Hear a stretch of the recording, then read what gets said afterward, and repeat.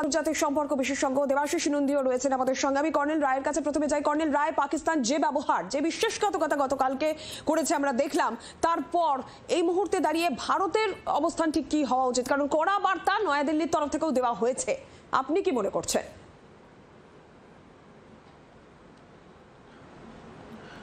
দেখুন, 5টার সময় DGMO two DGMO, 3:30টার সময় ডিজিএমও কথা হয়ে একটা সিজ ফায়ারের যুক্তি ওরা রিচ করেছে। ডোনাল্ড ট্রাম্প এতে কি করেছে না করেছে উই ক্যানট সে, দো Donald Trump has said that he is the architect of this ceasefire, but then it is between the Indian government and the Pakistan government to work out a situation.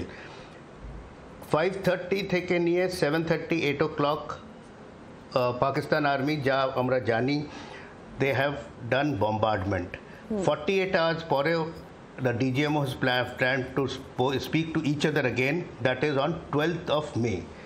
So now it depends कि ওরা এখন কি করবে। Pakistan as usual আমরা জানি ধোঁকাধড়িতে সবচেয়ে আগে আছে, and they have violated the ceasefire yesterday night and in the evening. The S-400 was activated back, blackout was done, sirens were blared so that people can be safe. And as usual, the attack by the Pakistani army or the drones was unplanned, unstrategical, untactical, because they were targeting cities and civilian localities, not the military bases. But then our AD system divided back and disintegrated the drones remnants of পাওয়া গেছে। And the armed forces have not, yesterday we did not violate the ceasefire. We have not shot off any drone or missile except for self-defense to neutralize the drones which they fired. And we have activated our system. Our armed forces is already in a forward posture. We are only সঙ্গে থাকতে বলবো। একদমই ভারত প্রত্যাঘাত করেছে, যে হামলা তাদের উপর হয়েছে তার জবাব ভারত দিয়েছে। বিনা প্ররোচনায় হামলা করছে এবং সেই চুক্তি তারা ভঙ্গন করছে কয়েক ঘন্টার মধ্যে। দেবাশিস বাবু, এই জায়গা থেকে আপনার কাছে, একটা চুক্তি হলো, মধ্যস্থতায় দুই দেশ আসলো, কয়েক ঘন্টার মধ্যে সেই চুক্তি আর একটা দেশ ভেঙে ফেললো কেন? তাহলে কি পাকিস্তান সরকারের কথা পাকিস্তান সেনা আর শুনছে না? পাকিস্তানের সরকারের কথা পাকিস্তান সেনাও যেমন শোনে না, পাকিস্তানের জঙ্গিরা শোনে না। পাশাপাশি যেটা বলা, পাকিস্তান হচ্ছে একটি মিথ্যাচারী রাষ্ট্র, সুতরাং তার যে প্রকৃত ঘোষণা এবং প্রকৃত উদ্দেশ্য দুটোর মধ্যে বিস্তর ফারাক রয়েছে। তারা এই ঘোষণা করেছে যেহেতু পর্যদুস্ত হয়ে গেছিল কয়েক ঘন্টার ভারতের আক্রমণে, সেহেতু লজিস্টিক সাপোর্টটা পুনরুদ্ধার করার প্রয়োজন ছিল। বিভিন্ন সেনা ঘাঁটি থেকে শুরু করে ওদের এয়ার ডিফেন্স সিস্টেমটা ধ্বংস হয়ে গিয়েছে। ভারত বিভিন্ন জায়গায় আক্রমণ চালিয়েছে, কোমর ভেঙে গিয়েছিল পাকিস্তানের।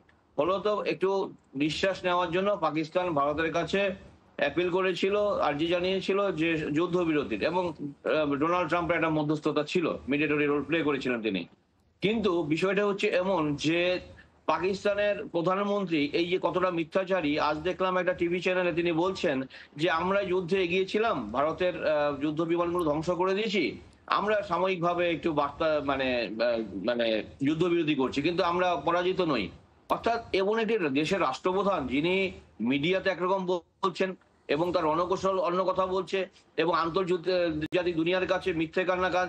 সুতরাং আমার যতটুকু ধারণা যে এই সিজফায়ার ফর টাইম বিং, অর্থাৎ সিজফায়ার ঘোষিত হওয়ার পরে পাকিস্তান কিন্তু কয়েক ঘন্টার মধ্যে আবার জম্মু কাশ্মীর সীমান্তে পেরিয়ে তারা বিভিন্ন রকম গোলা বারুদ ব্যবহার করেছেন, মিসাইল ইউজ করেছেন। ভারত যদিও প্রত্যাঘাত করেছে, সেগুলোকে প্রতিহত করেছে। কিন্তু আমার কথা হচ্ছে একটি পাকিস্তানের অতীত অভিজ্ঞতা এটা বলে, এমন একটি রাষ্ট্র যে বারবার পরাজিত হয়ে ভারতের কাছে নথি স্বীকার করেছে। বাংলা সভারের সময় জেনারেল নিয়াজি আত্মসমর্পণ করেছিল ভারতের সেনাদের কাছে, তারপর 65-এ কার্গিল ওয়ারেও তাই, কিন্তু তারপরও পাকিস্তানই রয়েছে। একদমই পাকিস্তানই রয়েছে। দেবাশিস বাবুর সঙ্গে থাকতে বলবো, কর্নেল রায় আপনাকেও সঙ্গে থাকতে বলবো।